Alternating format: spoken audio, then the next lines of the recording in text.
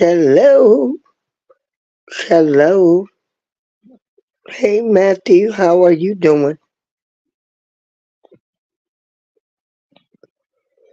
Yeah, happy Memorial Day. It's it's you know, Memorial Day is dedicated to honor the fallen soldiers.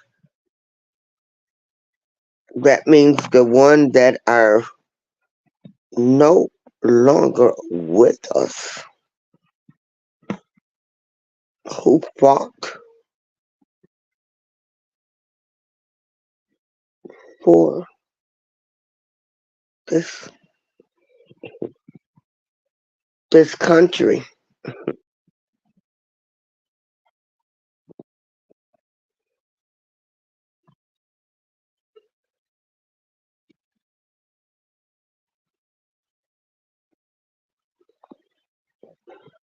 And so I want to thank those that serve to make this a better place, make the US of A not be the United Snakes, but the United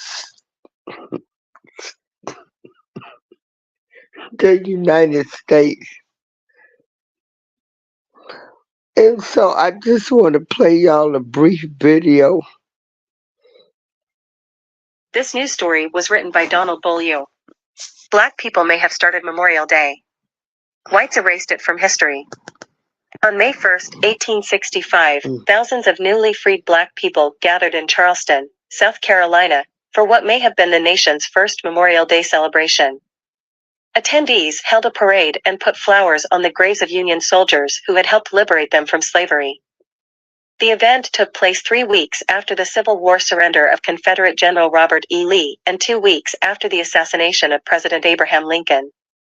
It was a remarkable moment in U.S. history, at the nexus of war and peace, destruction and reconstruction, servitude and emancipation. But the day would not be remembered as the first Memorial Day. In fact, white Southerners made sure that for more than a century, the day wasn't remembered at all. It was a kind of erasure from public memory, said David Blight, a history professor at Yale University. In February 1865, Confederate soldiers withdrew from Charleston after the Union had bombarded it with offshore cannon fire for more than a year and began to cut off supply lines. The city surrendered to the Union Army, leaving a massive population of freed, formerly enslaved people. Also left in the wake of the Confederate evacuation were the graves of more than 250 Union soldiers, buried without coffins behind the judges' stand of the Washington Racecourse, a Charleston horse track that had been converted into an outdoor prison for captured Northerners. The conditions were brutal, and most of those who had died succumbed to exposure or disease. In April, about 24 of Charleston's freed men volunteered to disinter the bodies and rebury them in rows of marked graves, surrounded by a wooden, freshly whitewashed fence, according to newspaper accounts from the time. Then, on May 1st, about 10,000 people, mostly formerly enslaved people, turned out for a memorial service that the freed people had organized, along with abolitionist and journalist James Redpath and some white missionaries and teachers from the North. Redpath described the day in the New York Tribune as such a procession of friends and mourners as South Carolina or the United States never saw before. The day's events began around 9 a.m. with a parade led by about 2,800 black schoolchildren, who had just been enrolled in new schools, bearing armfuls of flowers. They marched around the horse track and entered the cemetery gate under an arch with black painted letters that read Martyrs of the Racecourse. The schoolchildren proceeded through the cemetery and distributed the flowers on the gravesites. Other attendees entered the cemetery with even more flowers, as the schoolchildren sang songs, including The Star-Spangled Banner and John Brown's Body. When all had left, Redpath wrote, "The holy mounds, the tops, the sides, and the spaces between them, were one mass of flowers, not a speck of earth could be seen, and as the breeze wafted the sweet perfume from them, outside and beyond, to the sympathetic multitude, there were few eyes among those who knew the meaning of the ceremony that were not dim with tears of joy." The dedication ended with prayers and Bible verses from local black ministers, followed by speeches from Union officers and Northern missionaries, a picnic on the racecourse, and drills by Union infantrymen, including some African American regiments. The observance didn't end until sundown. And then, Blight said, the event was forgotten. Not right away, but within a few decades, any recollection persisted merely as rumor, in verbal anecdotes. The reason, he said, is that by the middle and end of Reconstruction, the black folks of Charleston were not creating the public memory of that city. The portrayal of the Civil War and its aftermath was controlled in the South by groups such as the United Daughters of the Confederacy and the Ladies Memorial Association, as well as Confederate veterans, Blight said. The Daughters of the Confederacy were the guardians of that narrative, said Damon Fordham, an adjunct professor of history at the Citadel, a military college in Charleston. And much of that was skewed toward the Confederate point of view. Blight chronicled the 1865 Charleston ritual in his 2001 book Race and Reunion, The Civil War in American Memory, based on evidence that Fordham helped him uncover. Blight had been researching the book in 1999, in an archive of the Houghton Library at Harvard University, when he found a collection of papers written by Union veterans that contained a description of the May 1, 1865, events in Charleston. If the description was accurate, Blight said, he knew that that event in Charleston deserves its own full commemoration, just because of the poignancy of it, the sheer scale of it. But first he had to corroborate it. One of the first places he contacted was the Avery Research Center for African American History and Culture at the College of Charleston. I called up the curator there, Blight recalled, and I said, I just found this in a collection of veterans' materials. Have you ever heard of this story? And the guy said, no. That never happened. The guy was Fordham, who at the time was a graduate student at the college and a research assistant at Avery. Despite his doubts, Fordham knew the center had microfilm of the Charleston Courier, a daily newspaper from that time, so he checked it. About 2 hours later, he called me back, and he said, oh my God, here it is, Blight said. It was a Courier article from May 2, 1865, describing this extraordinary parade on the old Planters Racecourse. Blight went on to find more proof, including an illustration of the fenced cemetery that was published in Harper's Weekly in 1867. Pretty soon I had all these sources that no one had ever bumped into, so one thing kept leading to another, he said. But even people in Charleston said, no, never heard of it. That shows the power of the erasure of public memory over time. In the book, Blight describes a 1916 letter written by the president of the Ladies Memorial Association in Charleston, replying to an inquiry about the May 1, 1865, parade. A United Daughters of the Confederacy official wanted to know if it was true that blacks and their white abolitionist friends had engaged in such a burial rite, he wrote. Mrs. S.C. Beckwith responded tersely, I regret that I was unable to gather any official information in answer to this. In the 1880s, the bodies of the Union soldiers, the martyrs of the racecourse, were exhumed and moved to Beaufort National Cemetery. The horse track closed shortly after that, and the 60 acres of land became Hampton Park, named for Wade Hampton III, a Confederate general and Charleston native who became governor of South Carolina in 1876.